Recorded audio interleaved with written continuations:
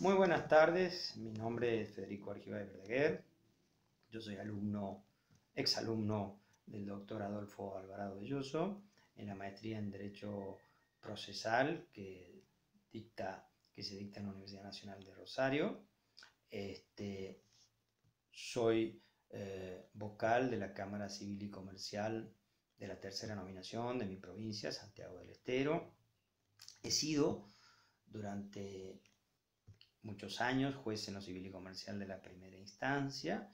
Soy docente universitario de grado y de posgrado. Incluso tengo el alto honor de acompañar al querido maestro en las especialidades que dicta en Derecho Procesal y en Derecho de la Magistratura y Gestión Judicial.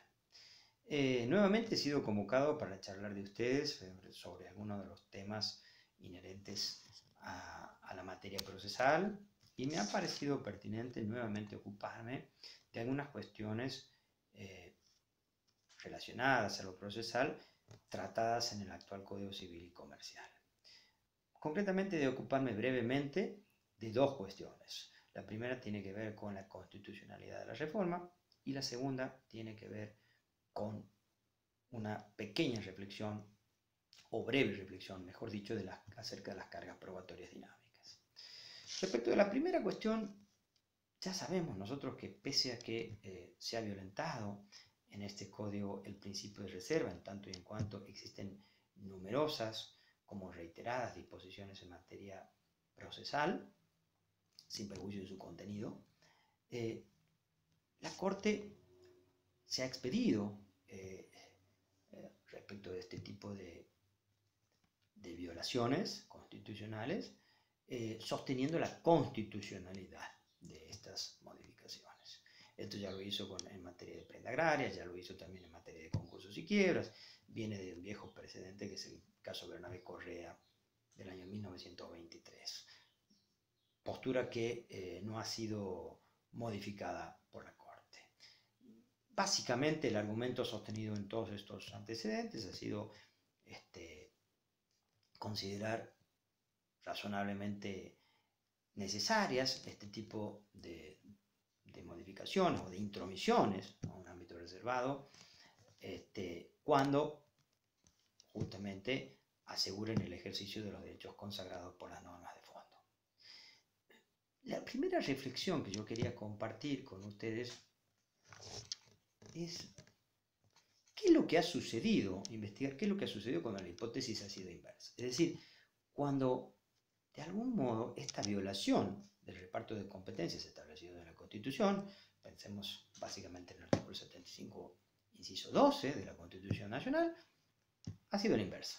Es decir, hay una provincia que ha invadido la competencia, el reparto de competencia, mejor dicho, de la nación. Y la solución en esos casos ha sido negativa. Esto es, la Corte no admitió para estos casos esa suerte de invasión. Cito dos casos mencionados en el brillante texto comentado por María Angélica Gelli en su obra La Constitución Nacional Comentada. Uno de esos casos es un caso de Santa Fe, donde la provincia de Santa Fe se adentró en lo que la Corte consideró que era legislación en materia laboral y le dijo, no señores, están violando de algún modo el reparto de competencias, y declaró la inconstitucionalidad de esa legislación. El otro caso es un caso nuestro, santiagueño, viejísimo, del año 1923, el caso Modesto González contra la provincia de Santiago del Estero, a donde la Corte sostuvo la misma tesitura. Entonces, termino esta primera parte con una pequeña reflexión. La flexibilidad con la que se analizó esta cuestión en uno y en otro caso no ha sido la misma.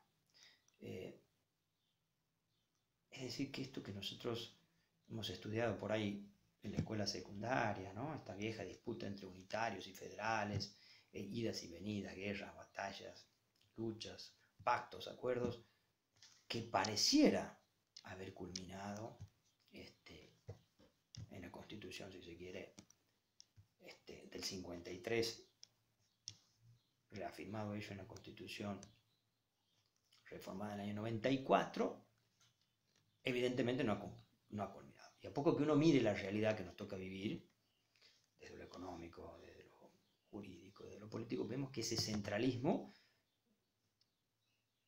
unitarismo, no ha finalizado. Dejamos esto simplemente como una reflexión que creo que en función de ser este un ámbito académico en el cual nos ocupamos de ese tipo de análisis, nos compete a todos.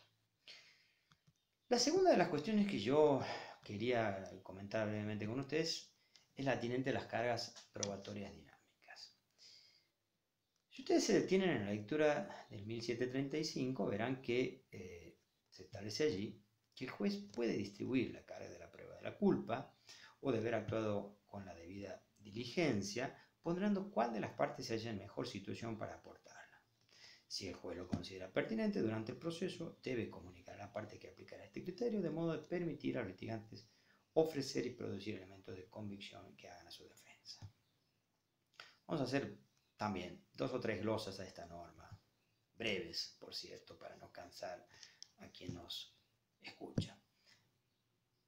Si nosotros hacemos una interpretación literal de la norma, interpretación literal de algún modo recomendada, si se quiere, por el mismo código en sus primeros artículos, podríamos sostener, a contrario sensu de lo que dice la norma, que si el juez no lo considera pertinente y no a noticia, fíjense lo que dice la última parte de la norma, y por ende no comunica a las partes que va a aplicar este criterio, no permitiría a los litigantes ofrecer y producir los elementos de convicción que haga su defensa.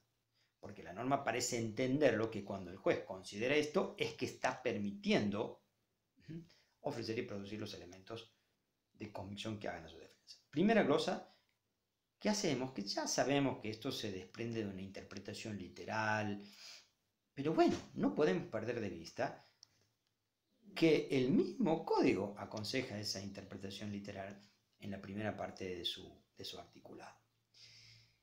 En segundo lugar, y esto ha sido señalado por mucha doctrina, yo quizá lo que estoy haciendo es traducirles a ustedes lo que mucha doctrina dice.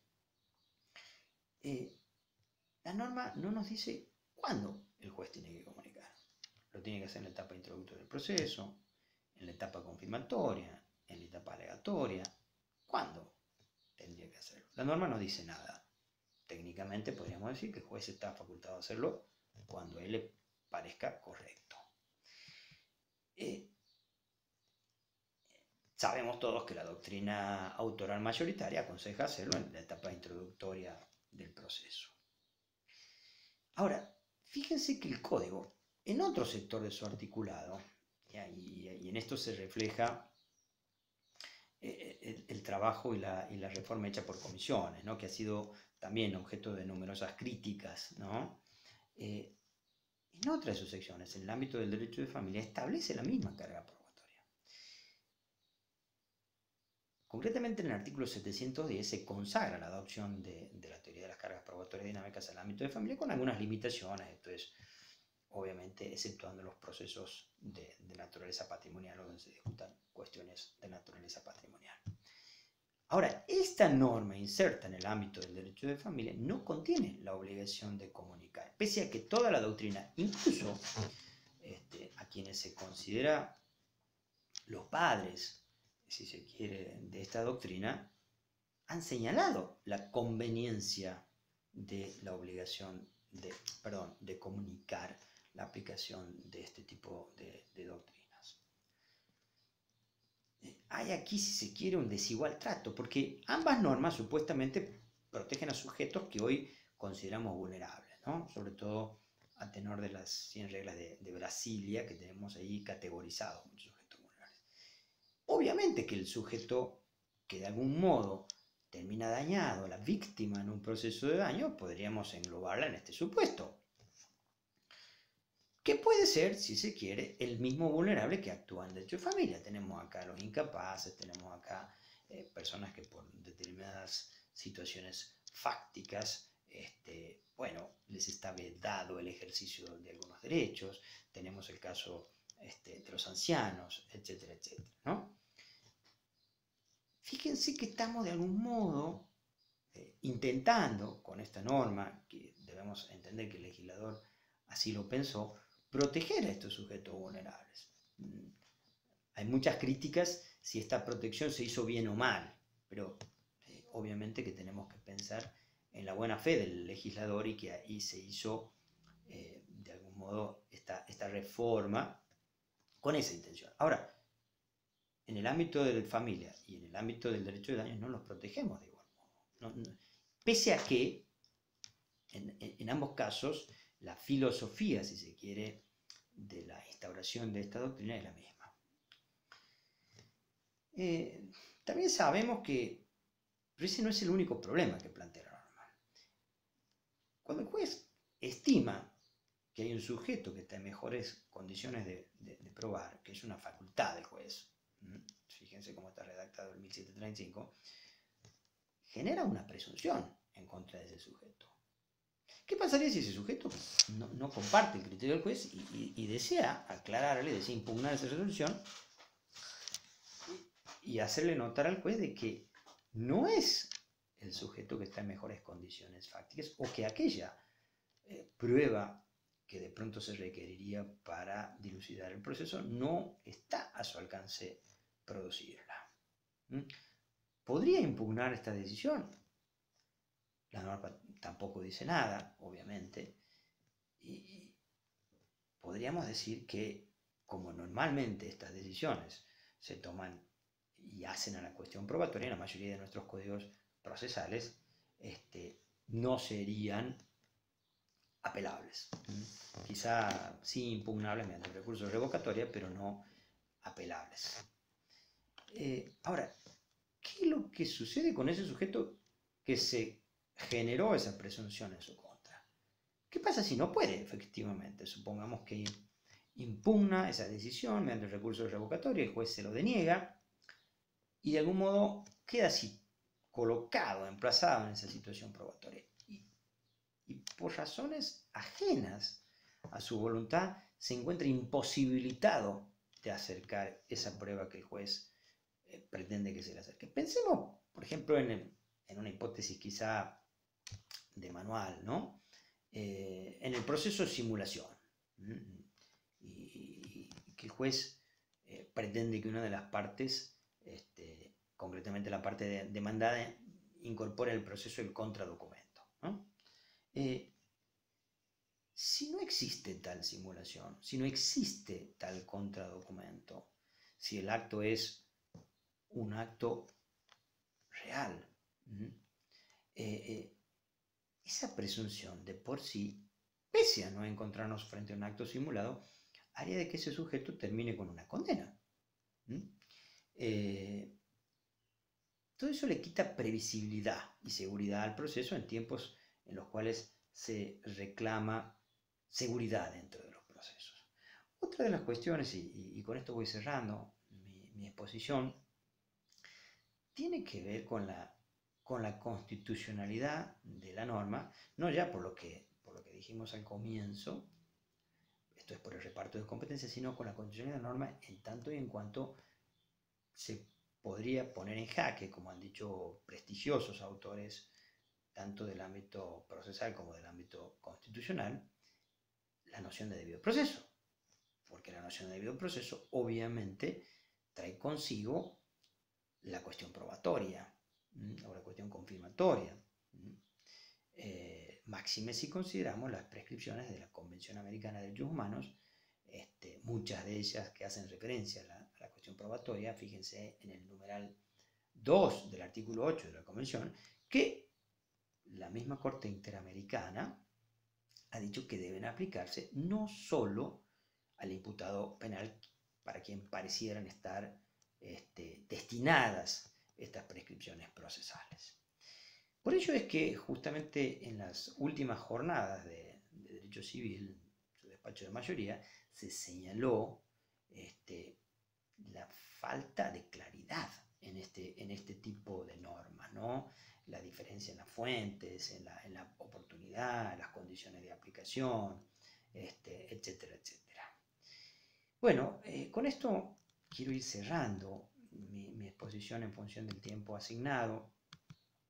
Tenemos muchísimos temas para hablar respecto del nuevo Código Civil y Comercial, que además me parecen de sumo interés, pero quisiera terminar este espacio con dos o tres reflexiones, ¿no?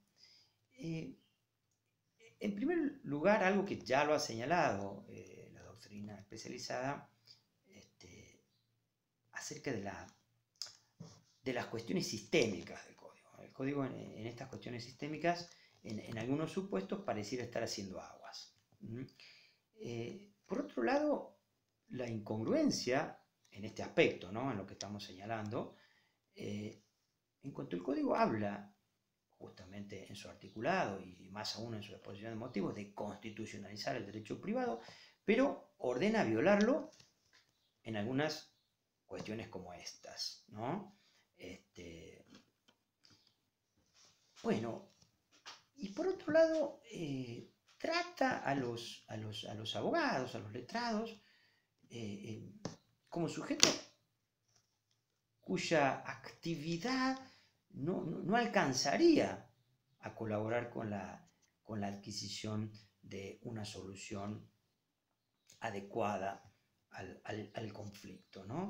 Vemos en normas como estas donde el juez coloca en la espalda de uno o el otro, de algún modo, si se quiere, alterando los principios contenidos en la mayoría de los códigos procesales en materia de distribución de la carga de la prueba, y en otros casos, que serán objeto de comentario quizás en otra de estas charlas, en otros casos directamente lo sustituye al letrado, ordenándole al juez que produzca o que acompañe esta prueba.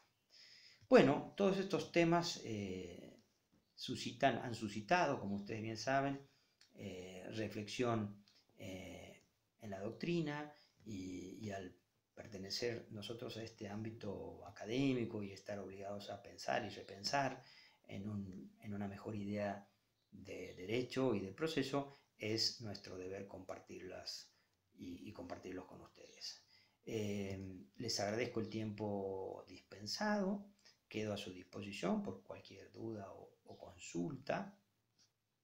Mi mail y mis datos están en la página de la Academia de Derecho a esos fines, y espero encontrarlos en este espacio y en alguno de los encuentros a la brevedad.